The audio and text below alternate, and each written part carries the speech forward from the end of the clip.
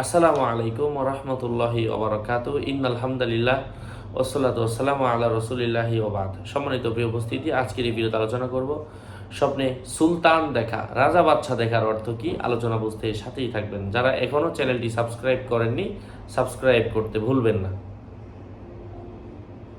এ বিষয়ে আমি কিছু ব্যাখ্যা আপনাদের সাথে শেয়ার করব কোরআন এবং হাদিসের আলোকে।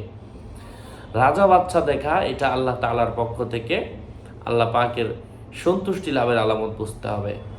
রাজা বাদশাকে অসন্তুষ্ট দেখা এটা বদ্দিনই, খারাপ কোনো কাজে জড়িত হওয়ার সম্ভাবনা রয়েছে। স্বপ্নে খিলাফতের দায়িত্ব গ্রহণ করতে দেখার অর্থ হচ্ছে সম্মান ও মর্যাদা লাভের সম্ভাবনা রয়েছে। খিলাফতের উপযুক্ত ব্যক্তি খলিফা হতে দেখা উচ্চ মর্যাদা লাভের আলামত। পক্ষান্তরে খেলাফতের অনুপযুক্ত ব্যক্তির ওই স্বপ্নে দেখা স্বপ্নদ্রষ্টা অপমানিত এবং দুর্দশার লক্ষণ বুঝতে হবে।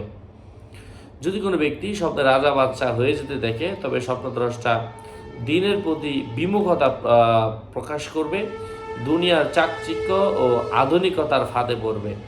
রাজত্বের অযোগ্য ব্যক্তি স্বপ্নে রাজা বাদশা হয়ে যেতে দেখা স্বপ্নদ্রষ্টা শীঘ্রই মারা যাওয়ার লক্ষণ। অসুস্থ ব্যক্তি এই স্বপ্নে দেখার অর্থ ব্যাখ্যাও অনুরূপ। কেননা যেমনিভাবে বাচ্চার উপর কারো কর্তৃত্ব নেই, তেমনিভাবে মৃত ব্যক্তির উপর কারো কর্তৃত্ব নেই। কোনো গোলাম ওই স্বপ্ন দেখলে সে স্বাধীন হবে। যাই হোক, স্বপ্নে রাজা বাদশা দেখা নিয়ে আর অনেক ব্যাখ্যা রয়েছে আমার চ্যানেলে, আপনারা দেখবেন, উপকৃত হতে পারবেন। আপনাদের মঙ্গল এবং দীর্ঘায়ু কামনা করে এখানে শেষ করছি। দেখা হবে অন্য কোনো এপিসোডে। আসসালামু আলাইকুম ওয়া রাহমাতুল্লাহি ওয়া বারাকাতুহু।